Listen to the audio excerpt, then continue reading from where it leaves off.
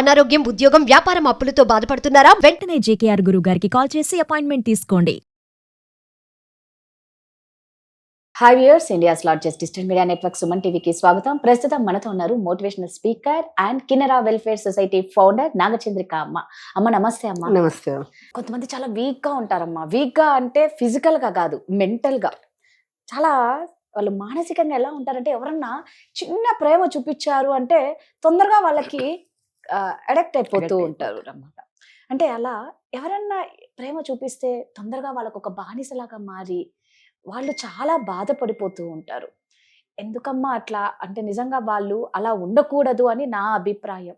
నువ్వెంత స్ట్రాంగ్గా ఉంటే నువ్వంతా హెల్దీగా ఉంటావు. అవతలోడి ప్రేమకి నువ్వు ఈజీగా పడిపోయినావు అంటే వాడు మంచోడైతే ఓకే, కాకపోతే ఏంటి నీ పరిస్థితి? అవతల వాళ్ళ ప్రేమకు మనమంటే మనుషులు జనరల్గా వాళ్ళు చూపించే ప్రేమ కాదు, అక్కడ కేర్ చూపిస్తారు వాళ్ళు. ఫస్ట్ కేర్, ప్రేమ అనేది తర్వాత వస్తుంది. ఫస్ట్ కేర్గా. ఇప్పుడు నేనే ఉన్నాను, ఎవరైనా వస్తుంది వాళ్ళకి కేర్గా వాళ్ళని వెంటనే వాళ్ళకి కావాల్సిన ఏర్పాటు చేయడము, వాళ్ళతో చక్కగా బాగా దగ్గరగా మంచిగా మాట్లాడడము, వాళ్ళ గురించి అన్ని వివరాలు అడగడము, వాళ్ళది ఏదైనా కష్టం అనిపిస్తే అయ్యో ఇంత జరిగిందా అని, ఇదంతా కొంచెం వాళ్ళ గురించి మనము ఆలోచించడము, వాళ్ళకి మంచి సలహాలు ఇవ్వడము, వాళ్ళతో ప్రతిదానికి పక్కన ఉండటము, ఏదన్నా అది ఏమనిపిస్తుంది? కేర్ అంటే. ఆ తర్వాత మనకు పుడుతుంది ప్రేమ వాళ్ళ మీద, వాళ్ళకుండదు. ఎవడైతే కేర్ చూపిస్తుంటారో వాళ్ళకుండదు ప్రేమ. అది ప్రేమ కాదు, అది అంతే. నాకు అనిపిస్తుంది నటన అంతే. ఎదుటి వాళ్ళ దగ్గర నుంచి ఏం తీసుకోవాలని వాళ్ళకు ఉంటుందో మనసులో. కొంతమంది డబ్బుకు ఉంటుంది, కొంతమంది శారీరకమైన దానికి ఉంటుంది, లేకుంటే కొంతమందికి మానసికంగా ఎదుటి మనిషి హింస పెట్టడం కూడా ఇష్టం ఉంటుంది. హింస పెట్టడం కావాలని వాళ్ళకు లేకపోయినా, ప్రేమ లేకపోయినా దాన్ని ఏమొస్తుంది? నాసిజం అంటారు. నాసిజం అంటారు. అదేంటంటే అతి ప్రేమ, అతి కేరు. అసలు నువ్వే ప్రపంచం. నిద్ర లేస్తే నువ్వే, రాత్రి పడుకునేటప్పుడు నువ్వే, నీ తప్ప ఇంకొకటి ఉండరన్నమాట. అసలు ఇంతలా అంతలా టైం మన మీద పెట్టి అంతలా ప్రేమ మన మీద చూపిస్తారంటే, పోనీ వాళ్ళకి వెనకాల ఎవరు లేరా అంటే, వాడికి ఎలా ఉంటుంది, పిల్లలు ఉంటారు, సంసారము, వాళ్ళ ఇంట్లో తల్లిదండ్రులు మొత్తం వాళ్ళకి ఒక బిజినెస్లో లేకుంటే మంచి జాబ్లో 24 గంటలు పనిచేసేదో ఉంటుంది. కానీ ఇతనికి కావచ్చు, ఆమెకు కావచ్చు, ఎవరినైతే టార్గెట్ చేస్తారో వాళ్ళ మీద విపరీతమైన ప్రేమ చూపిస్తారు, విపరీతంగా టైం ఇస్తారు వాళ్ళకి. అప్పుడు మాత్రమే. తర్వాత విపరీతమైన కేర్ అంటే ఇంకా పసిబిడ్డలను మనం ఇంట్లో ఉన్నప్పుడు ఎట్లా చూసుకుంటామో, కంటికి రెప్పలా చూసుకుంటామో, అట్లా ప్రతి క్షణము ఏం చేస్తున్నారు, ఎట్లా ఏమున్నావు, తిన్నావా లేదా, పని చేసుకుంటున్నా, ప్రతిదీ నీ కష్టం వచ్చింది, అయి నేనున్నాను కదా నీకు. ఎప్పుడు కూడా రాదా, ఎప్పుడైనా కూడా బాగా గుర్తుపెట్టుకో, నేనున్నాను నీకు అని ఒక్క మాట ఎదుటి మనిషి దగ్గర నుంచి వచ్చినప్పుడు అవతల మనం కంప్లీట్గా పడిపోతాం. నువ్వే ప్రపంచం అయిపోతాం. నాకు ఒక ధైర్యం వచ్చేస్తుంది మనిషికి. నాకెందుకు, వాళ్ళు ఉన్నారు కదా, నా ఏదైనా మనం చూడడానికి కానీ ఏదైనా కూడా అది ఎప్పుడు కోరుకుంటాం మనం. 24 గంటలు కూడా నా మీదనే ఉండాలనేది కూడా. ఎవరైనా మనల్ని ప్యాంపర్ గా చూస్తే మనకి ఎంత ఇష్టం. ఇప్పుడు పసిబిడ్డని అంటే ఇప్పుడు మామూలుగా దగ్గర తీసుకొని చేసుకోవడానికి ప్యాంపరింగ్ చేసి చూసిన దానికి వాడు ఎంత అడిక్ట్ అయిపోతారు, మనకి హక్కులు ఏర్పడిపోతాయి, అన్ని మొత్తం వచ్చేస్తుంది అనమాట. అట్లాంటప్పుడు అట్లా చేసి దగ్గరికి వచ్చిన తర్వాత ఇక మనం ఇంకా ఏం లేదు, ఇంకా వాళ్ళే ప్రపంచం. వీళ్ళు లేకపోతే నేను చచ్చిపోతాను నేను, వీళ్ళు లేకపోతే అంత స్టేజ్కి తీసుకొచ్చేస్తారు. ఆడవాళ్ళు కూడా అంటాం లేదు, నేను లేడీస్ కూడా చెప్తాను. పెళ్లి కాకపోయినా ఇట్లా ఎంతమంది పెళ్లి కాని వాళ్ళు మోసపోయినారమ్మా. ఇట్లా దానికే కదా పడిపోయేది. అదంగా మీడియాలు ఇంకా ఎక్కువ చూపిస్తారు ఇవి. నేను మీడియానే అంటున్నానండి, మీడియాలోకి వచ్చి ఇక్కడ మాట్లాడుతున్నాను కాదు, జరుగుతుంది అది జనరల్గా. అది ఇప్పుడు పదే కళ్ళ ముందర. ఇప్పుడు మనకు ఇది మన చేతిలో ఉంటుంది, ఫోన్ అనేది, ఇవన్నీ మన చేతిలో ఉంటాయి కాబట్టి పదే మనం చూడగలుగుతాం. బయటికి పోయి ఒకరి ఇళ్లలోకి పోయి ఒకరి సంసారంలోకి పోయి దానికి మనం చూడలేం కదా. అప్పుడు ఎఫెక్ట్ ఎక్కడ వస్తుంది అంటే మనకి దీంట్లో వస్తుంది, ఫోన్లో వస్తుంది.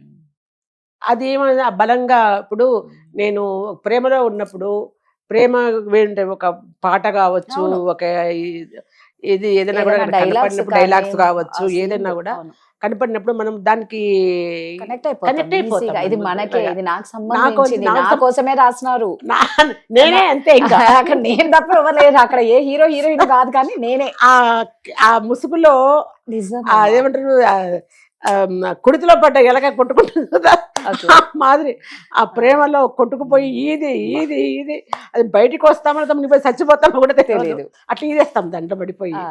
అది వాళ్ళు అప్పుడు ఇతని ఇగో ఆమె ఇగో హాయిగా సంతృప్తి పడిపోతుంది అనమాట. అయిపోయింది, ఇక నేను లేకపోతే చచ్చిపోతారు వీళ్ళు.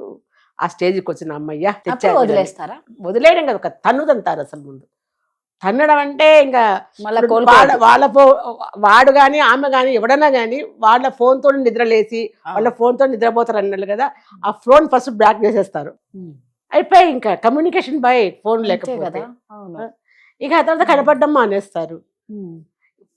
ఆ స్వరానికి అలవాటు పడిపోయి, ఆ కేర్ కి అలవాటు పడిపోయి, ఫోన్ కోసం నేనున్నా నీకు అని అన్నప్పుడు అఫెక్షన్ ప్రేమకు వాళ్ళు తీసుకున్న బాధ్యతకు మనం అలవాటు పడిపోయినప్పుడు ఒక్కసారి మాయమైపోతే ఏమవుతుంది? అందులో నేను అనేది ఏదో వాళ్ళు అక్రమ సంబంధాలు పెట్టుకుంటారన్నారు, అది కూడా ఉండదు. శారీరకంగా సంబంధాలు కూడా ఉండవు దాంట్లో ఏమి కూడా. అది లేకుండా ఇంకా అది కూడా ఉంటే ఇంకేమైపోద్ది, వాడు 4 రోజులకి చచ్చిపోతారు అంతే.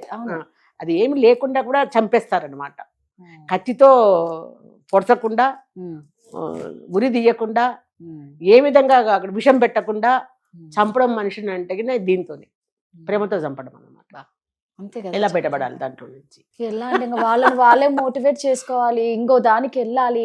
చాలా కష్టం, చాలా కష్టం అమ్మ. అది అంత ప్రపంచమే కనపడదు రాదా?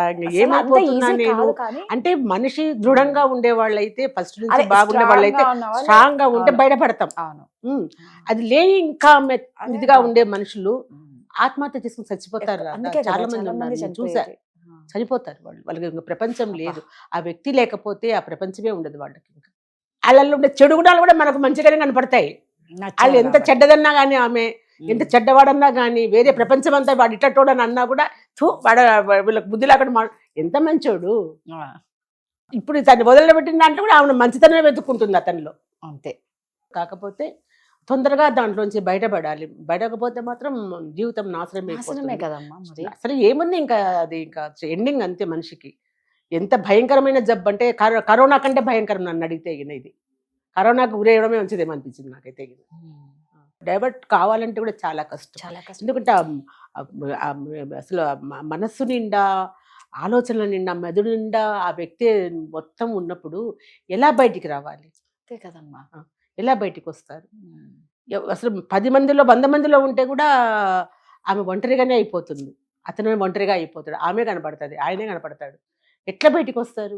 అవతల మనిషి మాత్రం బాగుంటాడు హ్యాపీగా, వాళ్ళకేం గుర్తుండదు, అస్సలు గుర్తుండదు. ఈ నాసిజం అనేది వినడం ఫస్ట్ టైం. నేను కూడా ఫస్ట్ నాకు తెలియదు ఫస్ట్ లో అవన్నీ ఇట్లా వాళ్ళందరూ, ఈ నాసిజం ఉన్న వాళ్ళందరూ ఇట్లే. కానీ అలాంటివి కొన్ని మనం రామ్ జలగం గారు, తర్వాత ప్రియా చౌదరి, వీళ్ళందరూ ఉన్నారు చూడండి. వీళ్ళు కశ్యప్ అని వస్తారు, నేను కూడా చూసా వాళ్ళ వీడియోస్. అప్పటి వరకు నాకు ఈ నాసిజం అనేది నాకు తెలియలేదు. అవి చూసిన తర్వాత నిజంగా నేనైతే చాలా నేర్చుకున్నా వీడియోస్ చూసినప్పుడు.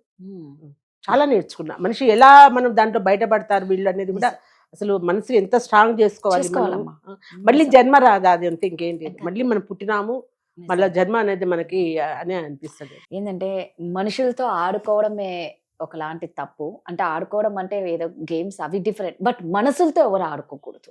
అది చాలా డేంజర్. అంటే మీరెందుకు మీరు వెళ్ళిపోతారు, కానీ అవతల అమ్మాయి కానీ అబ్బాయి కానీ, ఆడ కానీ మగ కానీ, ఎవరి పరిస్థితి అయినా పిచ్చోళ్ళు అయిపోతున్నారు. అసలు ఎంతో మంది చూస్తున్నాను నేను, పిచ్చోళ్ళు రోడ్ల మీద పడి తిరుగుతుంటే వాళ్ళలో వాళ్ళే మాట్లాడుకోవడము ఎంత దారుణం అనిపించింది. ఎంత చిన్నప్పటి నుంచి ఎంతో తల్లిదండ్రులు కూడా వాళ్ళని ఎంతో బాగా ఆనందం. అదే వాళ్ళు ఎట్లా పెరిగింటారు, ఎంత మంచి స్టేజ్ లో ఉంటారు. అట్లాంటి వాళ్ళని కూడా నాశనం చేసి వాళ్ళ చావుకు మీరు కారక అవుతున్నారే. అదే చెప్తున్నారు, కత్తితో చంపకుండా. ఇప్పుడు హంతకుడు అనేది ఎవరికి తెలియదు. హంతకుడు ఎందుకంటే ఇంకా నీకు బ్లాక్ అనేది అయిపోయిందంటే ఇంకా అయిపోయింది, నువ్వు ఎటు నుంచి లేదు, బ్లాక్ క్లోజ్ అక్కడికి. నిజంగా మనసులతో ఎవరు ఆడుకోవద్దండి. Thank you.